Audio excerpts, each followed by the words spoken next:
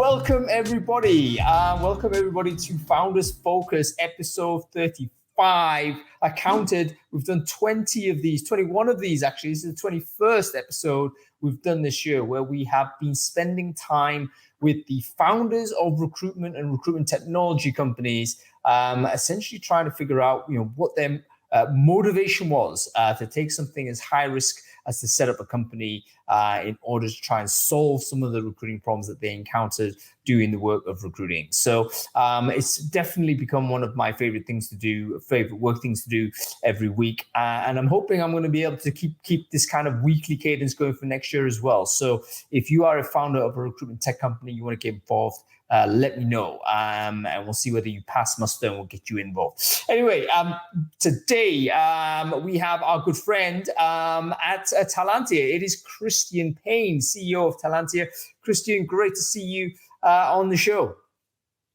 Thank you. Yeah, really great. I've been looking forward to this. It's been in the diary, I think, since March, and I nudged it a couple of times, but we're finally here. That's right. You were meant to be coming in at episode 17 or something, but we had to keep bumping it down for various reasons and what have you. And we will talk about that because one of the things I want to discuss with you today is how do you lead a business in tumultuous times? That's part of it, Easy street to be a business leader and a manager when sales are coming in. It's easy to manage. Everything is ticking it. It's sales solves all problems. It's when the sales are starting to dry up. That's when your management skill comes in. So that's what we'll explore a little bit further down the line. But before we kind of kick off, just let me start with the first question. I mean, in terms of your day-to-day, what kind of stuff did you have to move aside in order for us to do this talk today? What kind of stuff would typically happen at midday on Wednesdays for you, Chris? Yeah, normally at this time, I'm hopefully speaking to lots of new clients. That's the dream scenario. So I'm going to assume that would have happened right now. Putting together contracts, all that wonderful stuff, talking with my team. But no, this was in the diary, so it's well planned for. But it's actually our mini Talentiir Christmas party kind of day here. So everyone's rocked up to the office. We've got a few Christmas jumpers going on. They serve some nice Christmas dinner downstairs here, playing Christmas music.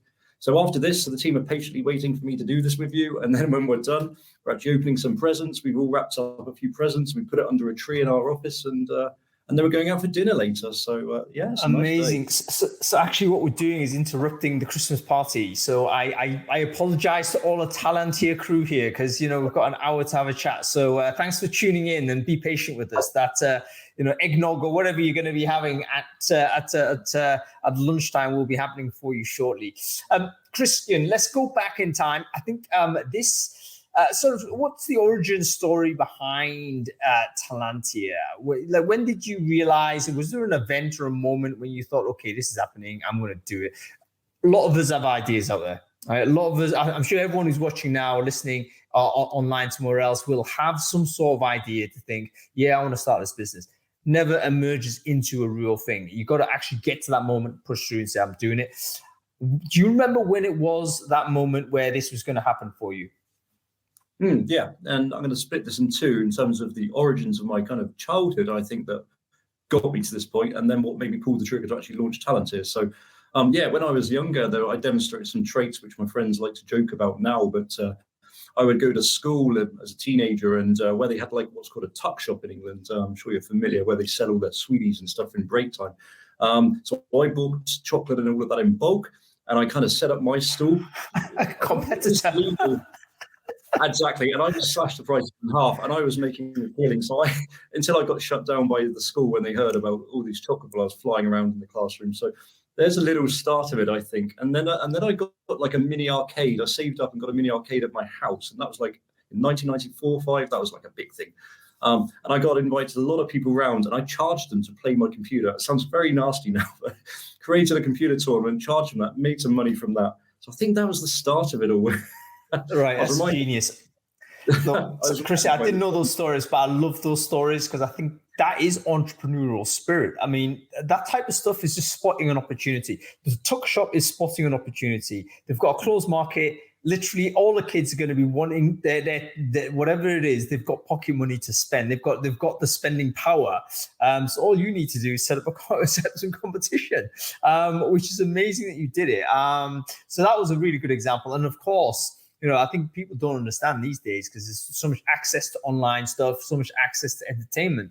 Back in the day, if you had something that you could manipulate on screen in some way, that's a miracle.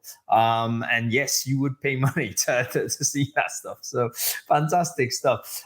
So are you saying that you always wanted to be an entrepreneur? Like when you got into the world of work as an employee and what have you, was it in your mind already at that moment, all right, I've got to start thinking about my own thing? Or was there a moment where you might have just become an employee like a lot of people, most people end up doing?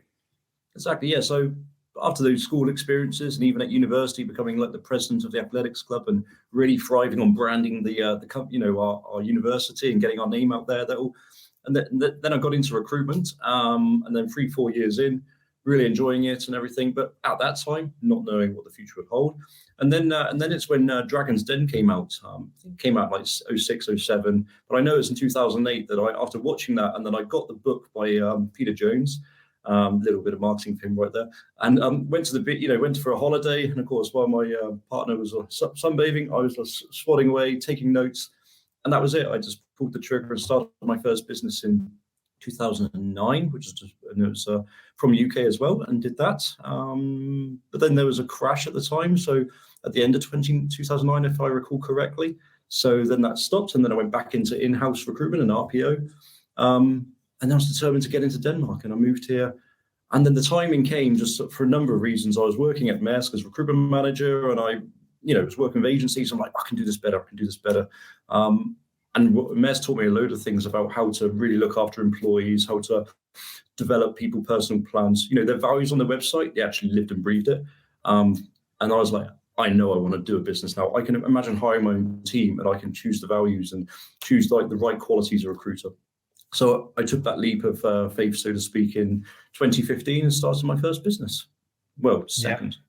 No, firstly, 2009, I think I started, my first was 2009 as well. Also a fail. I mean, that was a terrible moment. It was, it was difficult. But I don't think it's a bad thing to fail your first business. I mean, so long as you don't have a catastrophic commitment where, you put the house in there or what, no, don't take that type of crazy risk.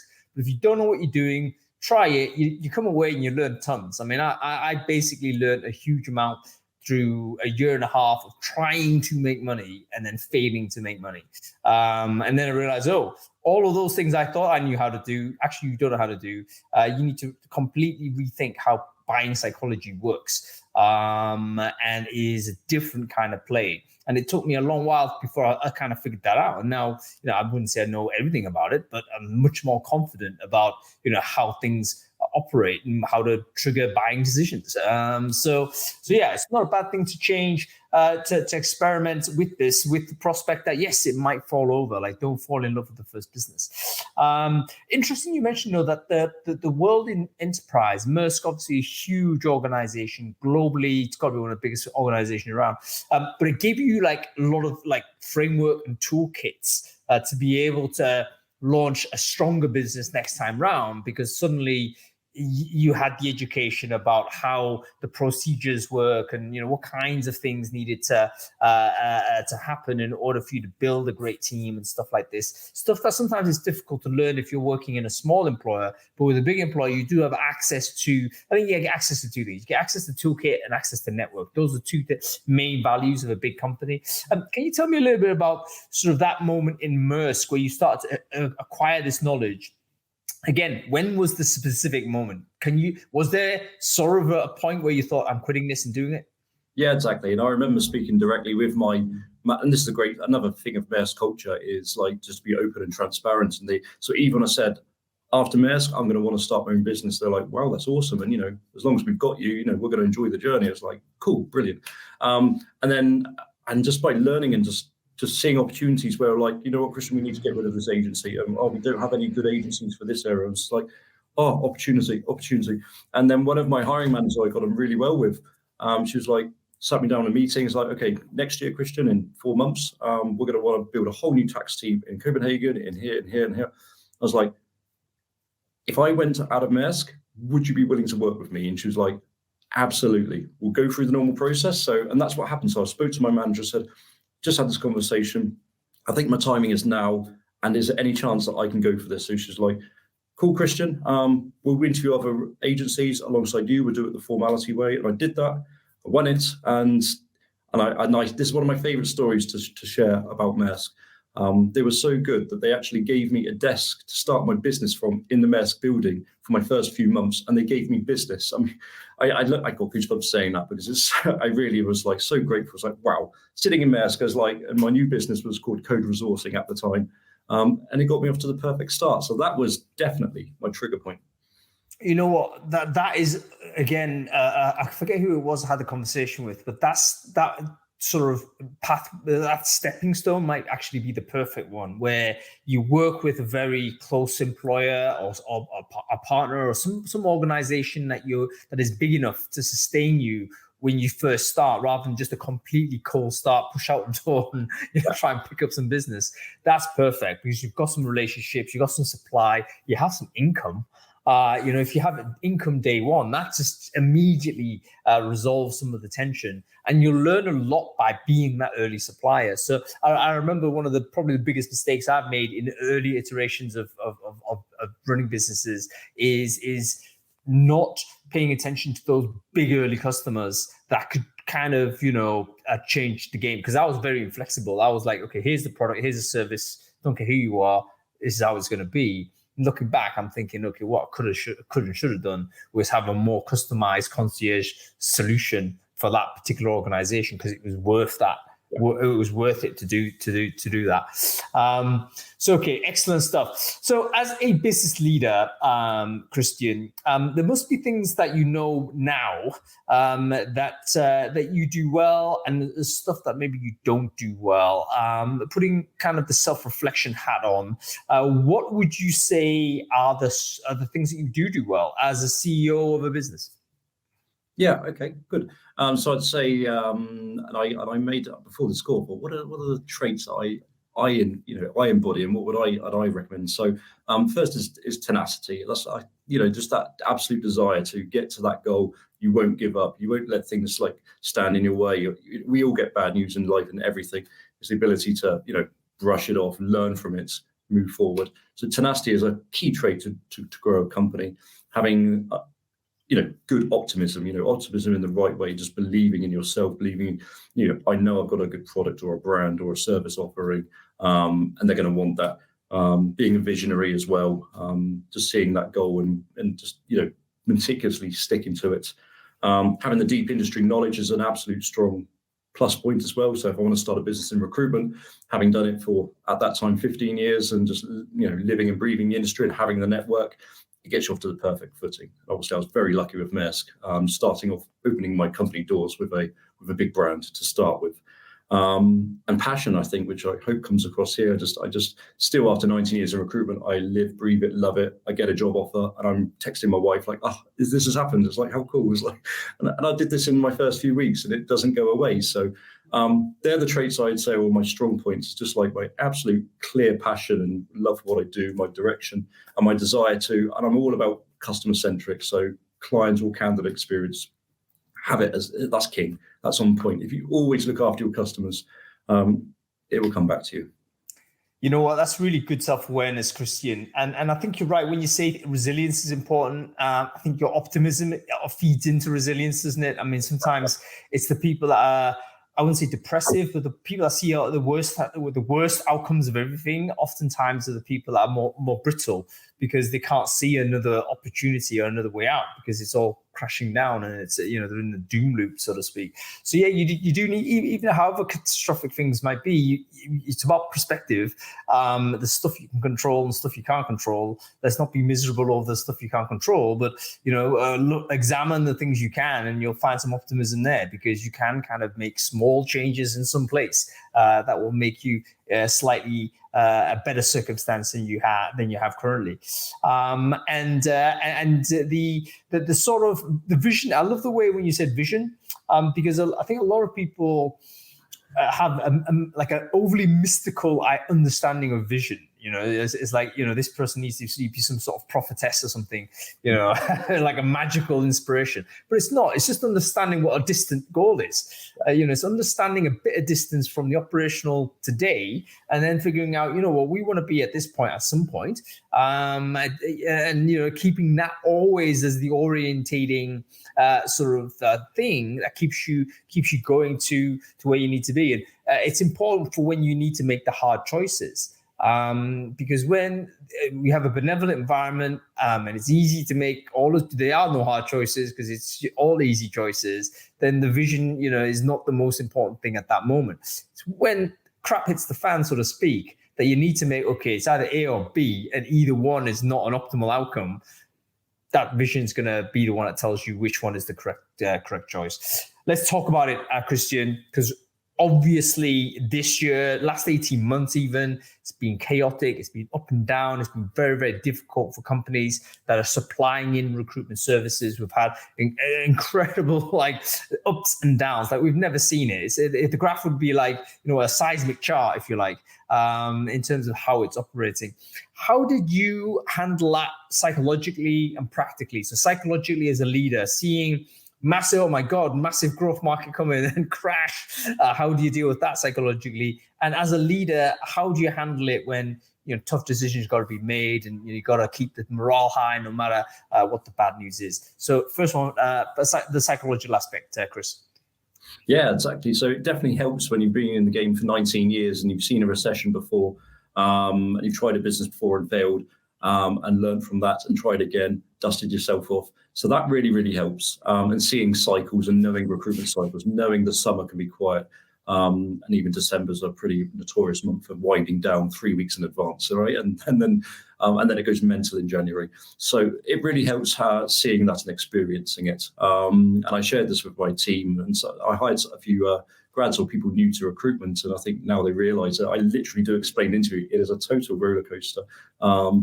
I think anyone knowing and working in recruitment for a long time, there's no such thing as stability or a plan. It does suddenly, like, everyone needs to work with you. And then a few months later, smells of a recession or news announcements just trickles down and spreads fear. So that helps. That's my first answer is just experiencing, navigating and seeing it before and not getting too fazed by it. Yep, I think that's super important. It's almost like the scars on your back. You figure it out. So the first time does seem like doom and gloom, but this is where again, I don't want to age you, Christian, but maybe this is where when you have a generational diversity within business might actually be useful, because you're going to have some people that have been through different economies, different markets, and they're able to provide perspective. Whereas if everyone's in the same boat, let's say you're all graduates, you're all set for business, this is the first time you've encountered something like this, there may not be anybody like a trusted elder, so to speak, that can give you a bit of ballast and say, you know what, yeah, this kind of thing is likely to occur, or it has happened before, and this is typically what occurs in these circumstances, and that's helpful. And the more times you go around, the more times you survive, the stronger you get. Like, the more confident you would be in the sense that, look, I've seen this before. It's something that I've survived and thrived sort of thereafter. It's going to be the same again. So yeah, I think that experience is critical. How do you communicate that sense of ballast to the team, though? Because you mentioned already some young people joining, early entry folks. And additionally, it's like dispersed, right? So you're also now in sort of semi-remote or even fully remote sometimes. So you don't have that at-desk support that typically, back in the before times you would have. So how did you communicate this? And how did you, factor in this idea that some of these people are physically further away? So you got to have a different way to communicate. So when it started getting a bit stormy weather, so to speak, was around April, May, June of last year, or was that this year? Okay. Time flies when you're having fun. Every year, Chris, but certainly this year. Yeah, certainly this year after Q1, I think the crap start hitting the fan for sure. Yeah. So we were actually all in an office before it started getting pretty rough. It was so important just to be honest in communicating with the team. It was like, okay, and we could see it. You could see it, right, in our business model as well. Like, just the amount of recruitments were just dropping and dropping. Things were being put on hold, and you can just, it's very transparent in that way. And we'll probably come on to this later, but one of the ways I had to steer the ship through this tough time is to look at cutting costs, and one was to drop the office immediately. So I communicated to the team, this is why we're doing, we're dropping the office. We're going to give remote a go for the summer. That's obviously a hot topic as well during COVID about remote. A lot of my team really do love coming to the office, so I actually had to bend their arm a bit and say, hey, just, it's going to be 4 months, hang in there. And that was a tough time, honestly. And if you speak to anyone at Talentiir, I think that was probably the worst time, when we had the least amount of recruitments. We had quite a big team. I bulked up at the start of the year. I had some clients saying, yeah, we're definitely going to scale. It's going to be a big project. I was like, and it was just like the hot thing in January is like, just snap up the good recruiters. So I was getting them. It's like, great, I got the team. And then it just went quiet. So really tough time. But the way you do that, am I learning from that? And especially now, if you speak to my team, I'm just all about transparency. So I now start each month with some bit of transparency on some numbers, money in, around it, but money in, money out. This is profit or loss. This is what I predict for the next month. This is what I'm doing about it. This is the role you play in it. And if any of my team members, are on the bench, as one would speak, when you're in RPO, between projects, I'm winning ad hoc work here, and then, hey, do you mind just doing this or contributing to the website? It's really, and just reinforcing your value in the company, and hey, the storm will pass. Oh, trust in me, I will get the business in. Hang in there, keep a smile, and we'll get there. So communication and transparency are absolutely key. And as a business manager, business owner, taking the right financial decisions and cutting where necessary, and adjusting. You know what? That's transparency. Having a default transparency almost solves the communication problem, doesn't it? I think a lot of people think, well, how do you communicate it? Well, actually, if you just transparent, there is no communication crisis. You're simply just relaying what's going on. And you do that in a very regular, routine manner. I know this from doing brain food in a relentlessly regular way. People end up trusting it because it is always regular. So if you're the CEO of a business, you're a leader of a company, or even leading a department, small team, or whatever it is, and you create a ritual where every start of every month, this is going to happen. And then, or start of every week, start of every day. It doesn't matter what the frequency is, so long as there is a regularity. People end up trusting that as a thing. And that itself is a calming mechanism for when, the external environment is chaotic. So very, very interesting and useful tip on that side, Christian. On the tough side, where you had to make some tough decisions and cuts and what have you, how did that make you feel as a manager, as a person? And is there a way to do that well or badly? I mean, it's almost we've seen a lot of terrible layoffs, right? There's even a hashtag saying bad layoffs, hashtag bad layoffs. And I'm thinking it's got to the point where, the people who's incompetently making these tough decisions. How did you do it? Did you educate yourself in some way? Was there a method to your approach in this very difficult part of management? Yeah, it's never pleasant, right? And I would say, fortunately, so some of the staff that I lost during this year, they were snapped up. So while they were pretty quiet, or I didn't have much work, or I'm like, okay, guys, we're losing a bit of money this month, but hang in there. And then other, some big companies, and I'm an RPO business as well, so it's takes quite a mindset to want to go in a company, out of company, be on a bench, in a company, out of company, and I'm learning that too, right, by starting up an RPO in Denmark, but I can talk about that later. But so to ease the pain, unfortunately, I lost some of my really good recruiters, and I said to them, if you ever want to come back, please contact me. But that made it easier, where people were getting snapped up and giving their notice, and not, rather than replacing them, okay, let's just keep weathering the storm, and hopefully, I'm looking forward to replacing them all, hopefully next year as things pick up. But that's been a natural one. But having to unfortunately let go of, let's say, my finance manager was tough, because I really needed him, and I don't have skill. That's one of my weaknesses is financial management. I've done something about it, but having to look at right, what are not the main revenue generators? I need my recruiters ready to deploy. Having a finance person, dare I say it, is a luxury. I definitely want him back, or I want to fill that gap. But that's where I had to let go and have to explain to that former employee why I'm doing it. I had an amazing operations person in the business as well. And that was by mutual consent. That's just like, okay, my job is done here too, right? I've helped set up an RPO business, but also can see, where the ship is steering in the finances and everything. So, now's a good time. So, again, with that transparency, with my team, that made that conversation easier rather than suddenly, okay, guys, we're not going to be able to pay salaries this month. 2 people have to go, and it's a sudden shock. So, I definitely think that transparent. And I wish I was even more transparent than at the very beginning. I've learned by being it more. You naturally worry and think, oh, if I share this or this, are they going to then leave me? Should I just keep it quiet and try and fix it myself? But actually, by being transparent, nobody's left for that reason. And they've, if anything, again, I'll ask them, but you would think or probably sense that, you know what, he's honest. We're in this together. We're gonna sail the ship together, and I feel that. It's a really nice feeling. So. And that transparency, even if it's like not pleasant information, let's say, it's also trust building. It's relationship building. If you are able to give people the hard truth, then actually your colleagues and your teammates and your friends will respect you more because you think this guy's not trying to protect me. He's not trying to censor information to me because he thinks I can handle it. He's actually telling me what he knows.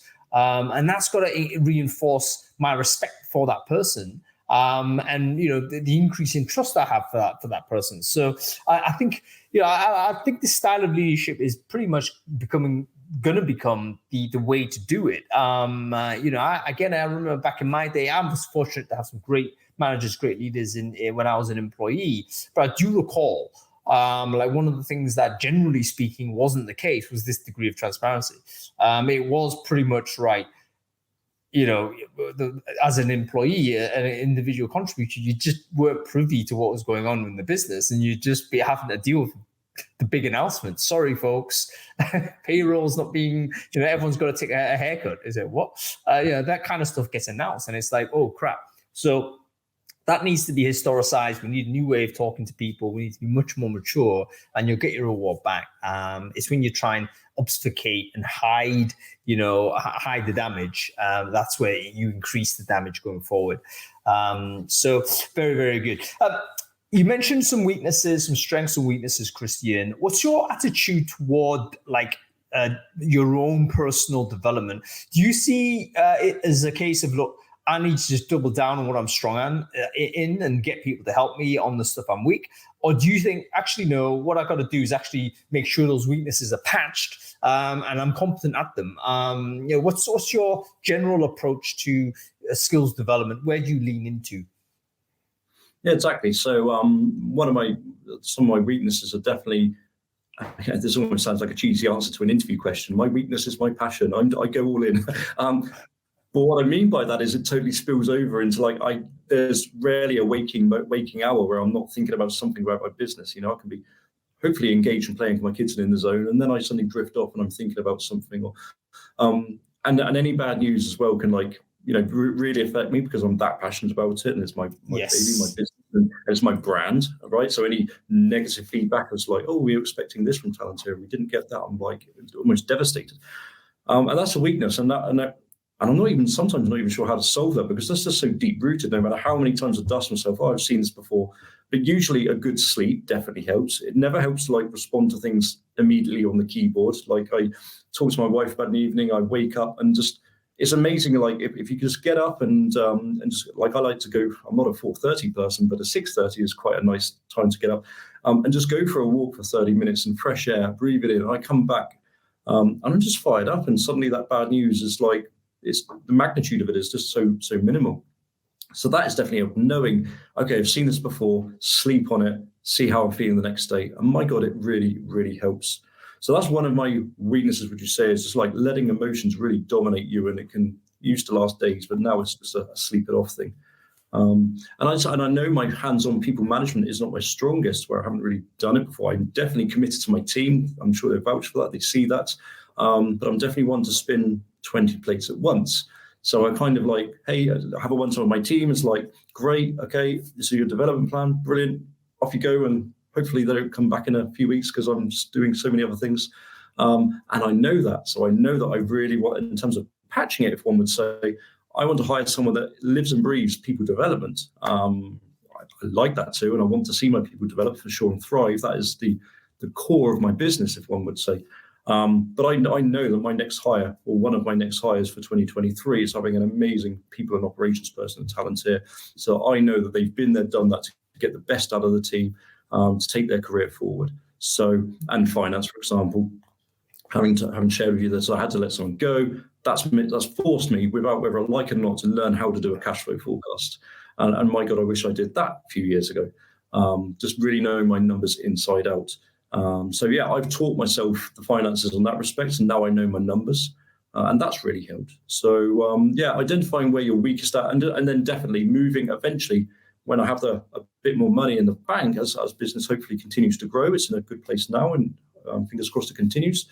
Then I can hire people to kind of take off those things that I'm doing, to have someone on the finance, have the people operations side. I just want to focus on the overarching delivery to clients and being the front face of the business, meeting with potential new clients, and trying to win RPO projects, really. So that's want to move my time, but that's become now 20% instead of 80%. So in order for Talentiir to grow, I need to be out there in the business talking to people.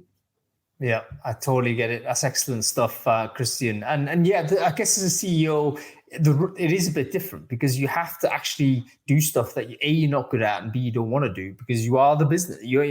When you start, you are 100% the business. And the journey of a CEO as founder is to try and basically reduce those components and find the right people to end up doing a better job on those things that you're not particularly good at, and eventually even delegate the job away at some point. Almost everything needs to go is what you've got to try and achieve. And then I guess at that point you just become, an evangelist, let's say, or someone who's working on a different level of conversation rather than the operational side. So yeah, it's very interesting how different CEOs deal with this. One thing worth bearing in mind is that I think everyone leans into doing what they're good at and what they like to do.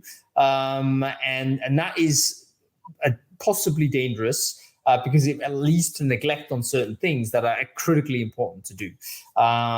Is there some sort of framework that keeps you to prioritize the right ways in which you're spending your time? Because you may love doing this thing and you end up spending, now it's spending 2-3 days on this is amazing. But actually that has led to the trade-off where you've neglected this other thing which you hate to do, but that's now turning into a problem because you haven't done it. How do you make sure you keep that balance in place? Exactly, yeah. So a great example of putting my passion into where I do. So I'm very, very busy on LinkedIn creating content and starting to create a YouTube channel with all my videos, and that's doing that. And then I'm realizing by the end of the week, it's like, oh my God, I hadn't even sent those invoices yet. Getting money into the business, why is that been negated down to the bottom of my priorities? Because it requires me going into their finance system and then creating it. And it sounds quite ironic that I lose energy sending invoices. Once I've hit send and I finished it, I'm like, that looks brilliant. Look at that money that's coming in 30 days time or 7 days time. So what do I do about it? So now I've tried different apps and I've tried putting things in my calendar, and we're all trying to figure out a way to be really productive. And then I found an app that really worked for me on my phone. I think it's called Todoist. Let's just see if that's the exact. Todoist, I do know it. Yep. Yeah. There we go. Yeah. So I've got my Todoist. I've got my list. I don't know if you're going to see it. Obviously, this is not so relevant for people listening to it. There we go. But I put my biggest priorities, and I usually do it the night before, or things pop up. And I make sure I'm clearing half of those. And I make sure what must happen today. That's the key thing. What must happen today? If I'm waking up Tuesday, what on that list do I want to make sure when I go to bed they're done? What matters? And so, and then you can type. I was like, today, tomorrow, and the AI will shuffle it in order of priority. And so, guess what? When I come in, I've obviously got my calendar things there, but then I open this as well. I'm like, right, let's just get that done. And I've literally become religious in it now. I want to get my little notification that I've achieved 5 of my 5 goals for the day. So that's how it's worked for me. Just a simple little app on my phone suddenly motivated me to do it. That's amazing. Folks, do you have a productivity app? How do you do this? Because I think we all struggle. We all have procrastination. And in fact, that's not going to get any easier, because there's so many things out there that entertain us, that stimulate us, everything. You can very easily spend your time doing all kinds of crazy things that ultimately are not the most important. So how do you sort of, what tooling do you use to get this done? So I'd be interested to know that, because I'm always looking for something. I don't think I figured it out myself. There's lots of things I let slide. Actually, invoicing is one of those. It's like I can't. But truth be told, sometimes I can't be bothered even send it. It's a really small invoice. It's like, listen, forget it. But then you look at it, you think, hang on, that's not the way to run any business. You can't be bothered. Come on. So yeah, it's something everyone's got to get better at.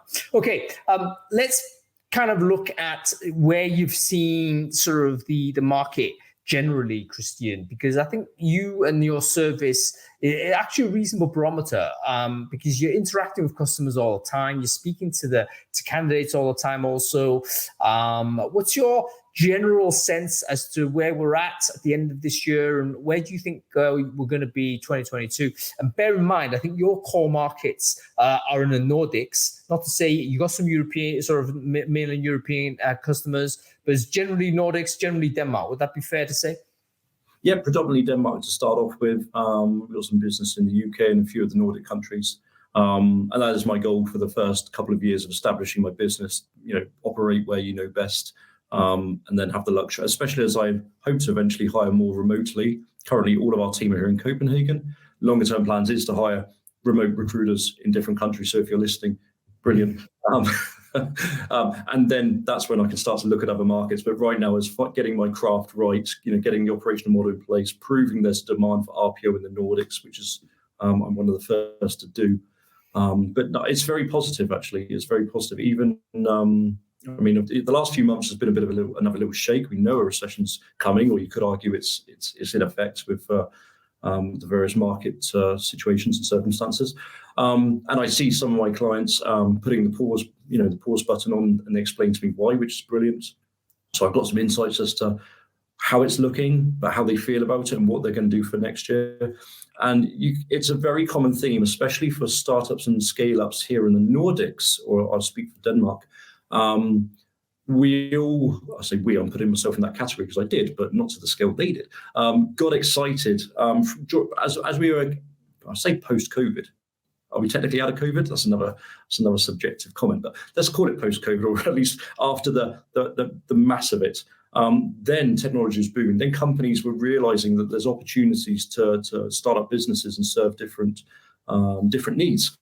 And so the demand for people and talent, and suddenly companies were wanting their own in-house TA teams, like more than ever before. I've never seen it. I've been in Denmark for 12 years. I've come from RPO all my career. I've tried to sell RPO or in-house services for the last 7 years. And then suddenly, it's just boomed. So what am I getting at is, so then companies have hired so many tech people, and it's a common reason some of these big CEOs are explaining why the layoffs are happening. We got excited, we've hired too many, we need to pull it back a bit. There's a recession coming, consumer spend is going to go down, we need to react to that. It's a very common theme, and it's the same here. And I had a similar situation where I got excited hiring recruiters. I got excited hiring recruiters because my clients already warned me and said, we're going to need to use you in 2022. We're going to need to grow. Then that got put on hold. And then I'm sat with a team of recruiters that I've hired that are sitting on a bench. And that was the worst thing possible. So what is it looking like for 2023? I think it's positive. As long as the business has made the corrections they should do this year and have, and their cash flow is looking solid, that your income's kind of at least covering your total operating costs. For Talentiir, I'm speaking as well. We've built a brand over 18 months. I found the right operating model, found the right pricing. So we're in the right place and positioning. So I think 2023 is going to be good, albeit a combination of a recession and what's happened lately. So that's my take on it. Yeah, what's interesting about one thing that's worth thinking about with recruitment is that we often have counter-cyclical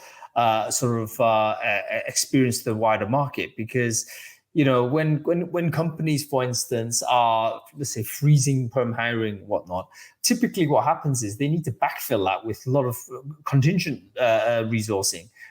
Because there's stuff that still needs to be done within those businesses. They just can't put fixed costs onto the company. So the cost will come from somewhere else. And again, that's a people supply type of need. So I think if recruiters are understanding sort of how that market works and are able to provide different types of person, should we say, provide people who are on different types of employment contracts, be much more flexible, providing, if you like, a total talent solution to companies, that's probably where you want to sit. And there's always going to be ups and downs, I mean, again, you look at big companies saying, look, we're going to stop hiring in this area. Oftentimes that means increased automation, increased implementation of technology. That actually means an increase of recruiting of technologists. So there's ways in, sometimes you can look at the overly broad. I mean, I'm a big fan of taking a zoom out type of view at the macro level. That's important. But the macro stuff doesn't always manifest in the same way for every business. And if most recruitment companies generally are small enough to be able to flit around and find a little seam that's going to work for them. So interesting to see this happen. Talking about RPO, you mentioned Talentiir being kind of a reasonably early mover within the Nordic environment. Can you explain why that is the case? Like why, for instance, has this previously not been a popular thing in the Nordics? Why is it becoming popular now? What's your theories on that, Christian? Yeah, and that's a really great question, and I sometimes still wonder the same, right? So, like I said, I came from RPO. So RPO is very well established. Outsourcing recruitment, for more simplicity, is well established in the UK, and it was in Germany and the US. There are markets that are quite far ahead, and I've always viewed Denmark as a relatively behind the curve in the recruitment sphere for many reasons. And then even when I came to Denmark with my RPO background and wanting to try and speak to companies and saying, have you thought about RPO, or have you thought about just outsourcing rather than hiring an FTE every time? There's better ways of doing this. And even recently, I'm reaching out to customers. I mean, this is now my job to establish outsourcing and RPO in Denmark. I feel I'm one of the first, or at least I can only feel that by the feedback of customers who've never heard of this concept before. So trying to encourage them. Really good proof point. Yeah, it really is. Really good proof point. Yeah. Exactly.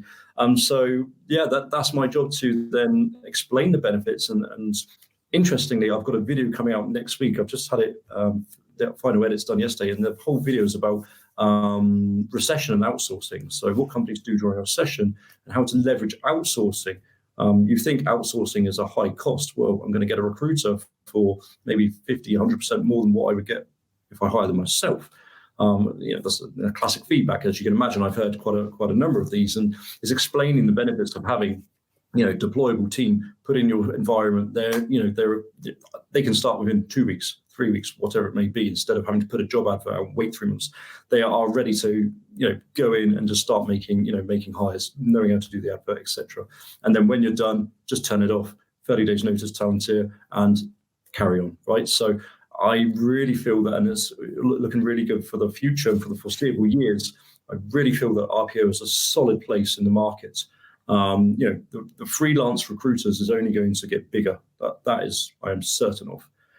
So by establishing yourself as one of the trusted go-to RPO companies that have got years of experience and proof and all these client testimonials, it's only a good thing. Yeah, I think you're absolutely right.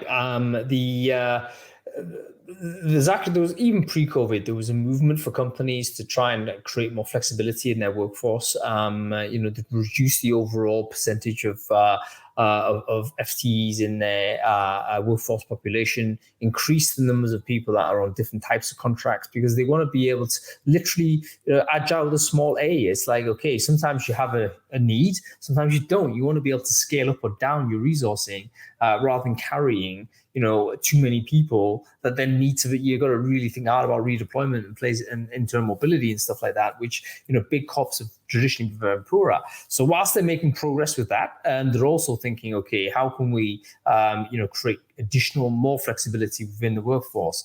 And TA is a classic example. We as an industry ourselves have experienced the boom or bust within the last 18 months, two busts and one boom at least.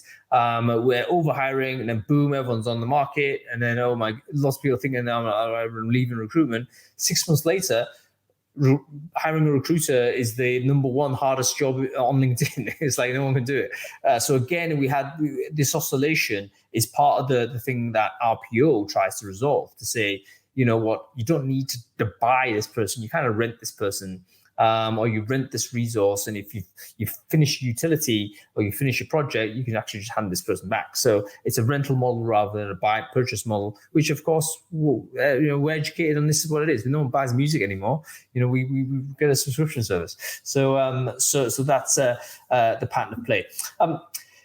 Fragmentation of the market in terms of recruiters, I think you're spot on. One of the big accelerators in my view on this is a lot of these big tech layoffs you're hearing about, of which, I think VC-backed companies, something like 200,000 people may have been let go over the course of this year. Obviously, it's not a huge number globally, but it's enough in that high visibility and high compensation space, of which some of the best recruiters in terms of remuneration are all in amongst that group.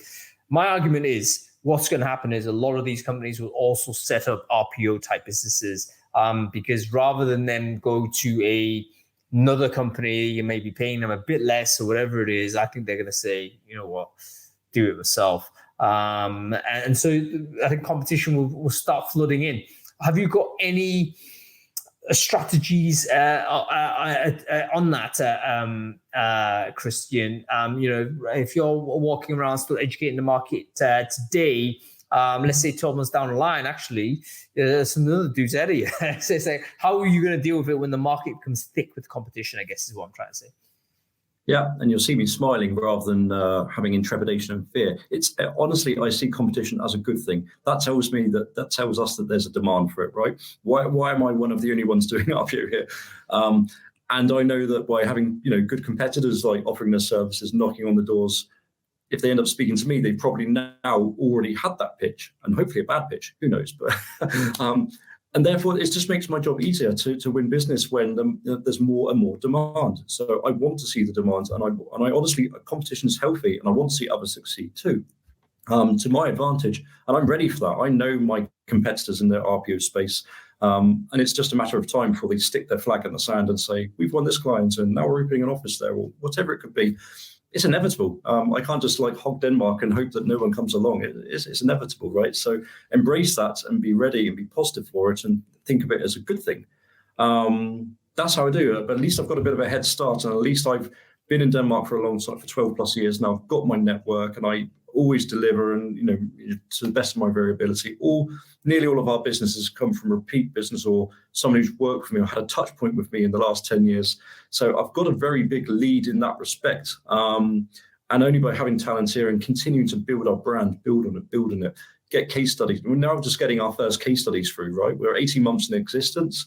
We've got our first 4 or 5, actually 6 case studies now. And then we're reaching out to a nice web developer to create a good landing page just to showcase that.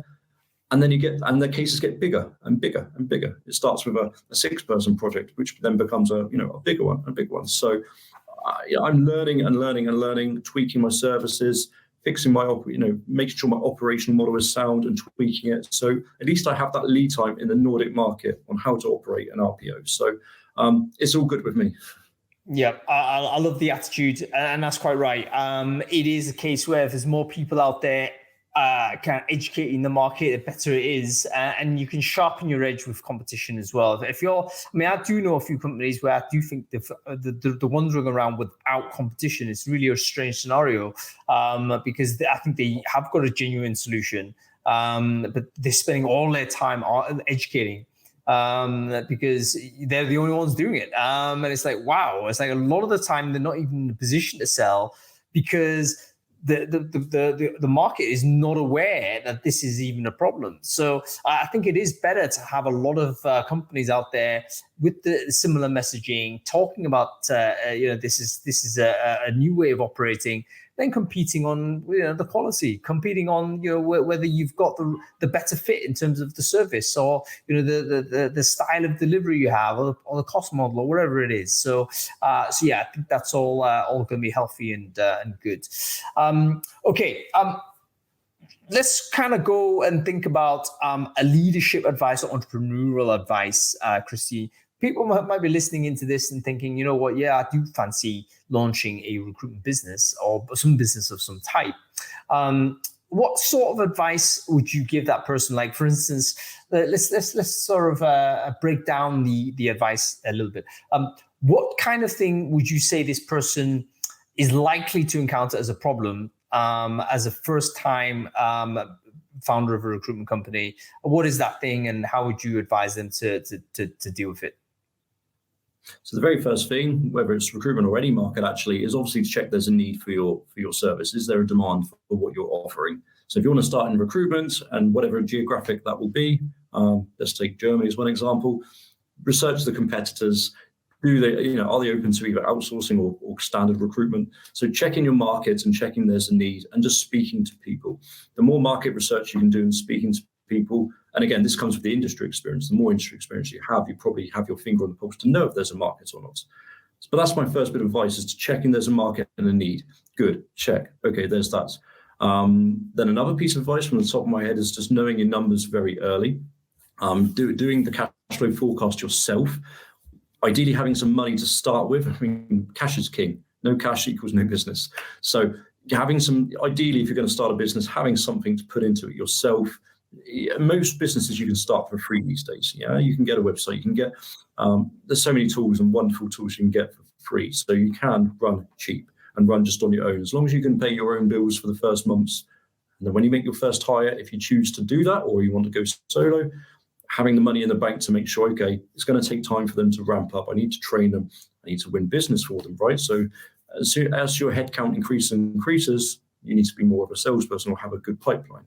So always just be very good with your numbers and know that you're scaling at the right speed and pace and having that cash flow reserves.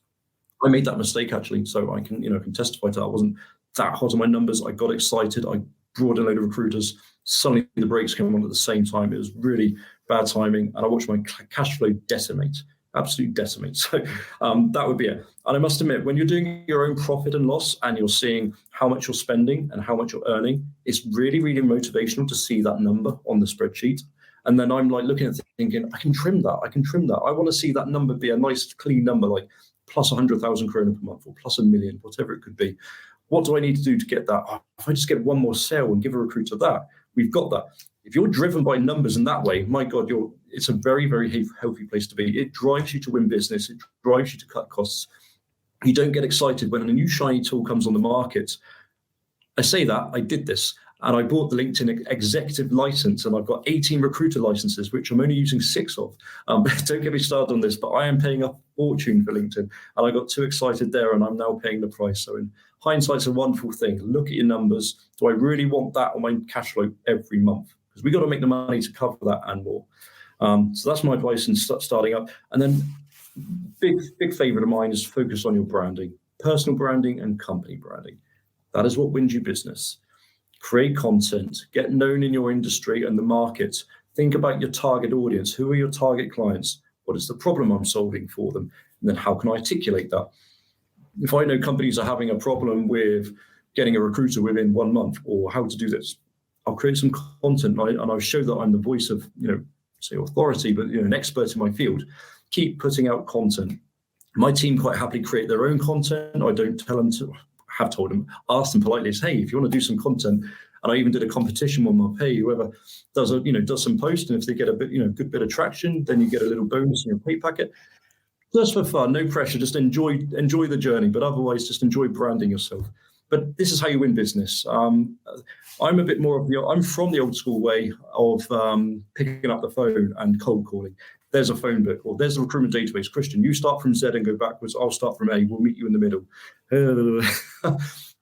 I'd say that's all relatively dead. I know there's some amazing cold call people or salespeople out there, and credit to them. It's a tough gig, and it does have a place if you know your market really well. But branding. I'm very fortunate that most of my clients have come to me from I've seen Talentiir. I've heard of Talentiir. I heard you do this. It's like, it pays dividends, and you create the content. Suddenly someone's contacted me 8 months, and it's like, I saw your post like 8 months ago. It's like, but I didn't see you like or click on it. It's like, oh yeah, but I see these things. A lot of people watch, but they don't interact. Then they pick up the phone, because if you're posting content once a week, when they suddenly randomly log into LinkedIn maybe once a month or 2 months, because they don't live and breathe LinkedIn like we do or I do, when they log in, guess what? One of my posts is going to surface to the top because I've posted recently. So I would absolutely advocate to try and focus on your brand when you're starting a business. It will pay back dividends.